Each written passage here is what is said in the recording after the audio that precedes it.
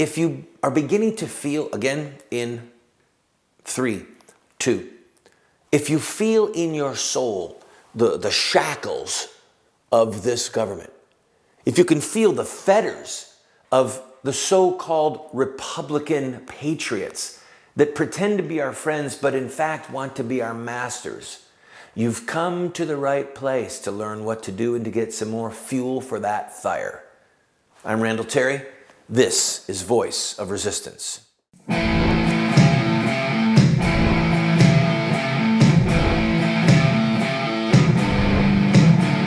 Those who forsake the law praise the wicked.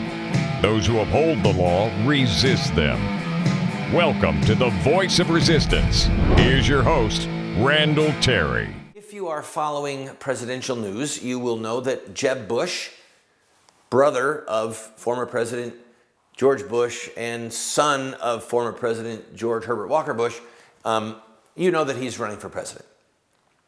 And if you watch this show, you know that he is a man to be avoided at all costs.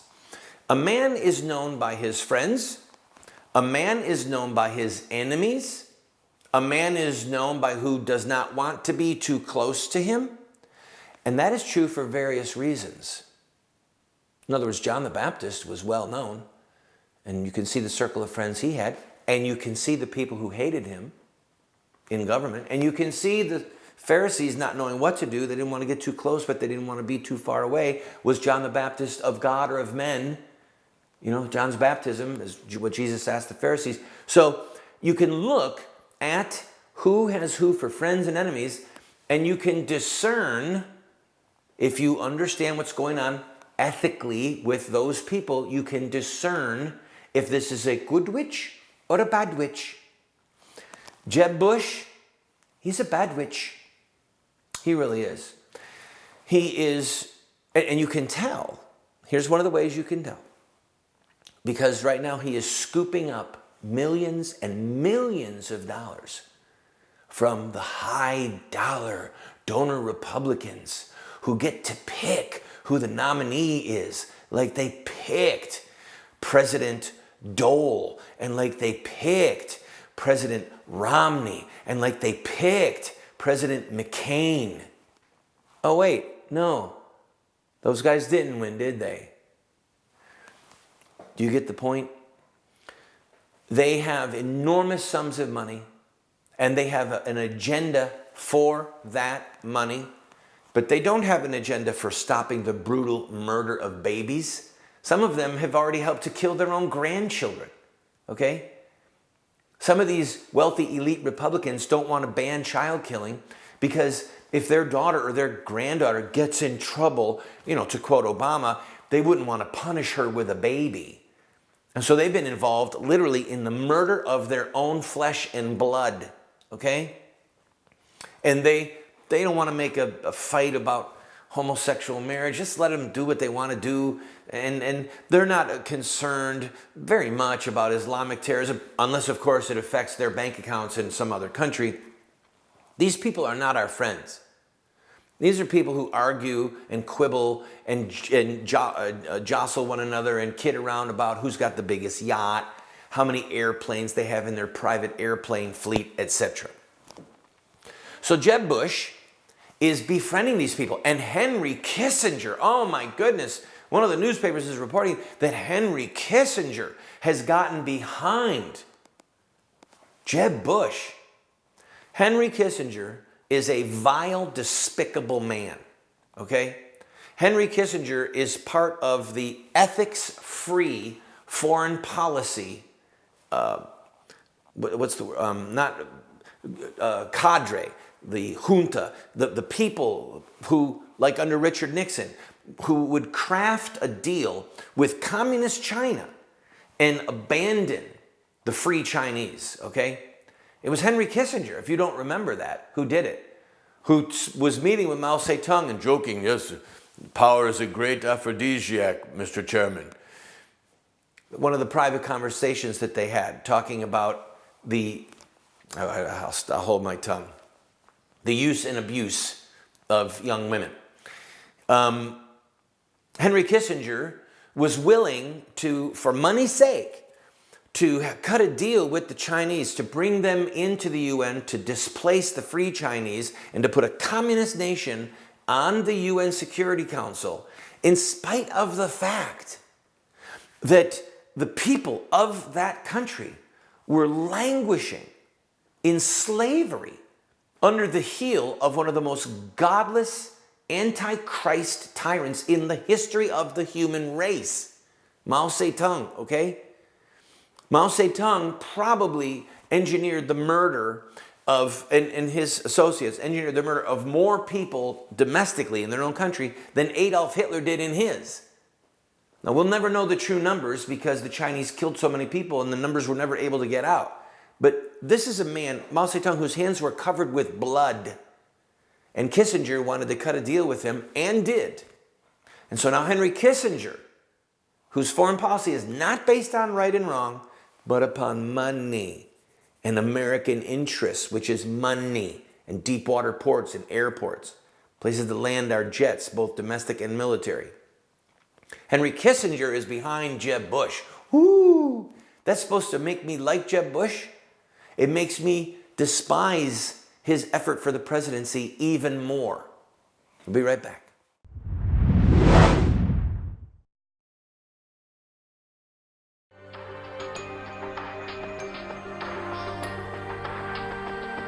You have two choices. I mean, you can try to raise your children by design, or you will raise them by default. There are no perfect parents. We're going to get it wrong sometimes. If we have a plan, we've got a better chance of getting it right in the long run. There is something deep within the heart of every human being that longs for parental acceptance and approval. When does a boy become a man? Get a group of guys around and ask them that question. I don't think there's a certain age. Some men stay boys their whole life. I would say, 16, 18 years old. Wow, that's a good question. When they get bar mitzvah. Well, I think when he has a child. So I just became at 56, 56 years old. Without the power of the Holy Spirit changing us and giving us power over our sin, we can't hope to be the dads that our kids need us to be.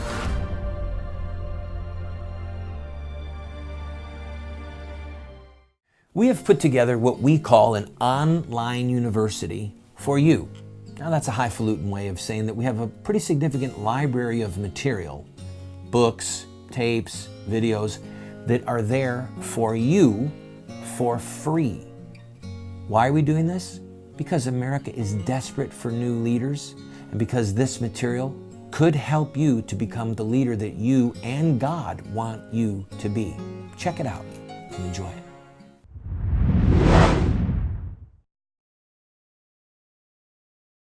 Who will be our next president?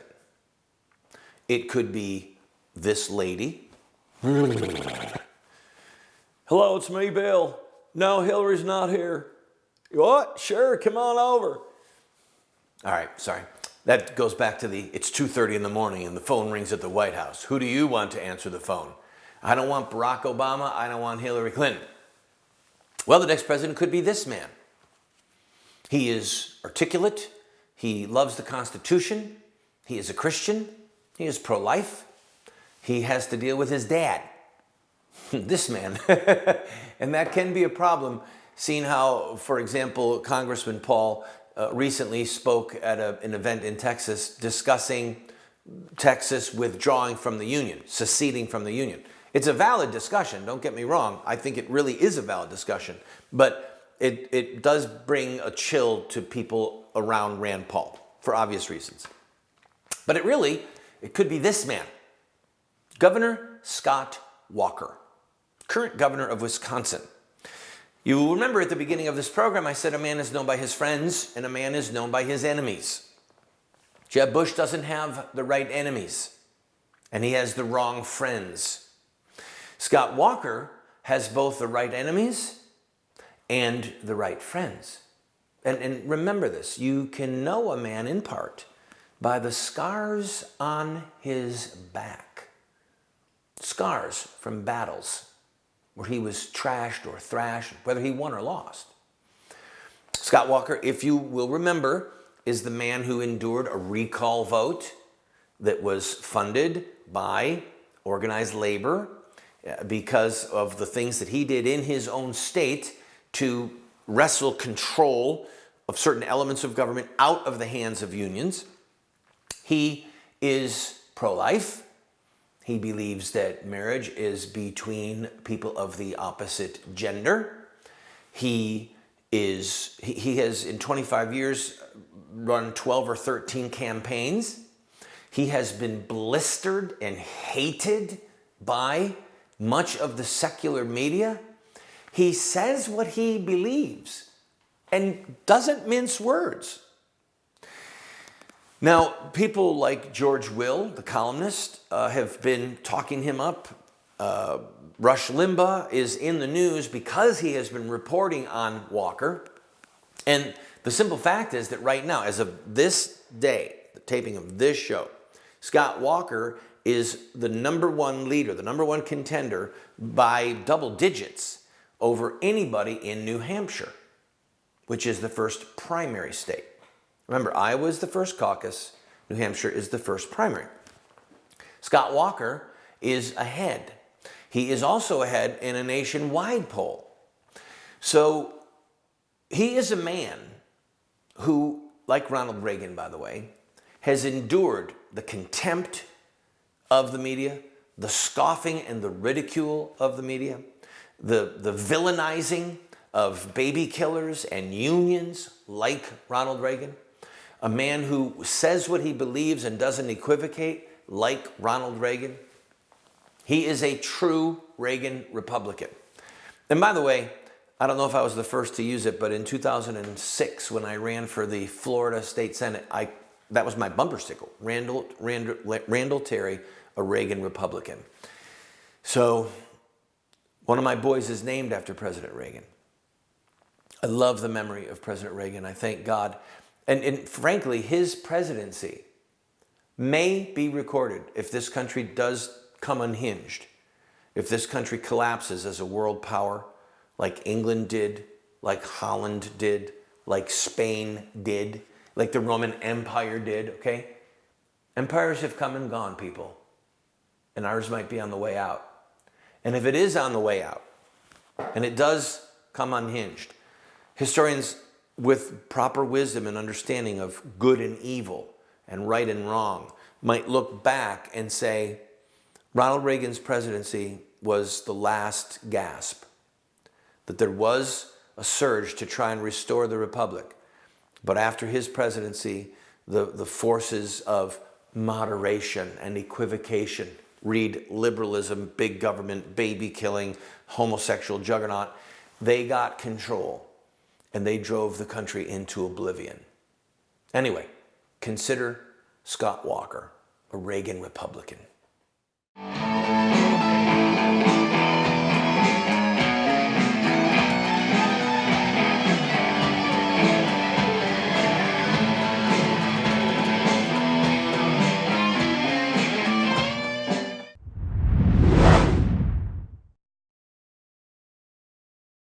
Do you want to get America out of the hands of wicked and unjust men and women who are destroying the republic before our eyes, and put leadership back into the hands of righteous men and women so that we don't die as a nation? Well, you're talking about social revolution, and there are rules in social revolution. We can look at the victorious social revolutions of the past, such as the end of slavery, the end of child labor, women's voting rights, the end of segregation, and so much more, and learn from their victories. Look at their actions, their images, their rhetoric, their sacrifices, and their final fruit. We will send you this series that originally cost $129, 7 books for students, 1 teacher's guide, if you'll give a gift of any size and just pay for shipping and handling. Take advantage of it today.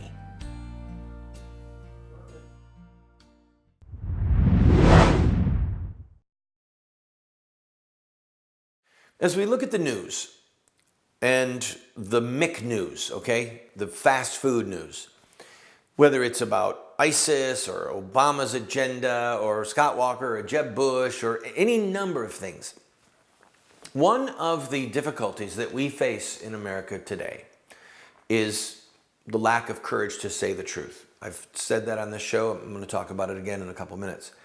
But there's something else that's really missing. And television and the internet and our godless devices, as I call them, these things, cell phones, and smartphones. Oh, I wish I had a dumb phone again. Maybe I'll get one. These devices have actually crippled millions of people in their desire to learn more, to dig deeper, to scour history and quotes. We're sated. That means full, like just sated. But we're also dissipated. And that means drained by the constant, overwhelming flood of McNews, headlines, dumb criminals, what child has been kidnapped, what scandal is emerging around what politician, what internet thing is happening, what person in the Hollywood world has been found in a bathtub, who in the singing world has dumped their spouse and picked up another one. It's incessant. And it tends to, if we allow all that data to come in, it tends to make us both sated, full, and dissipated, drained, so that we don't take the time to do real research.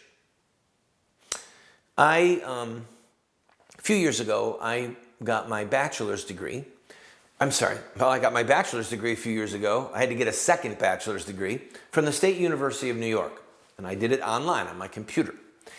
And it was a great program. But in college level study, you've got to focus, okay? In an undergraduate program, you've got to focus and you've got to do the work.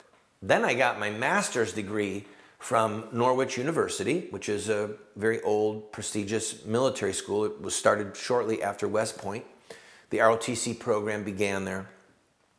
I got my master's degree in diplomacy and international terrorism, and I got that online as well. Undergraduate work and postgraduate work for master's and PhD, they're really not the same.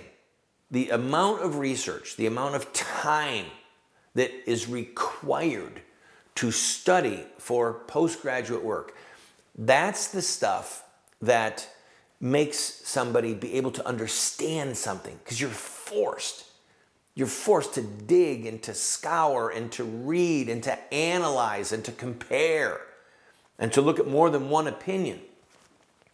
That is precisely what each of us have the ability to do with libraries, with books. And it's precisely the thing that fewer and fewer people are doing because of television, internet, our cell phones. We're just overwhelmed with data. Overwhelmed. And so to have the discipline to dig into the political past of Jeb Bush, or to dig into the battles and the victories and the political past of Scott Walker, it's something that most of us are too sated and too dissipated to do. And it's going to take some serious reflection and resolution on the part of good men and women, people like you, to say, you know what? I'm going to cut back how many TV shows I watch. I'm going to keep watching Randall Terry, Voice of Resistance, but I'm going to cut back some of the entertainment that I watch. And I'm going to pick up books, real books. I'm either going to buy them or I'm going to go to the library and get them, and I'm going to read them, and I'm going to analyze things. And if I do go online, I'm going to dig, and I'm going to ignore Wikipedia. Ignore Wikipedia because it's not a trustworthy source. And I'm going to dig deeper, as deep as I possibly can, into the lives and the philosophies and the deeds of people that either lived in the past or are in our lives today, who want to be our leaders or perhaps our masters, our rulers. All right? If the populace had done its job with Barack Hussein Obama, maybe his blathering nonsense about hope and change would not have seduced so many millions of voters, including over half the Catholic world and 1/3 of the evangelical world. Think that one through. Half of the Catholics and 1/3 of the evangelicals voted for this president. Why? Because, in part, we have no wisdom. We're sated and we're dissipated. And that makes us a prey to lying propaganda.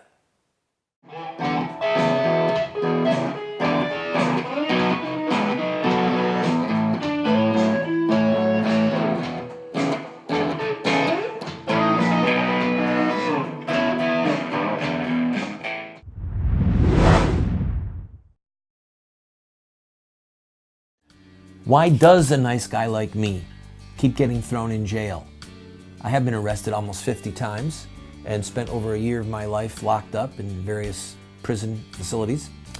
And I wrote a book, many books. In fact, one of them is called Why Does a Nice Guy Like Me Keep Getting Thrown in Jail? It's a theological work, answering those who say that the church should not be involved in politics or that we should retreat. I encourage you to get it. In fact, get one and give it to your pastor.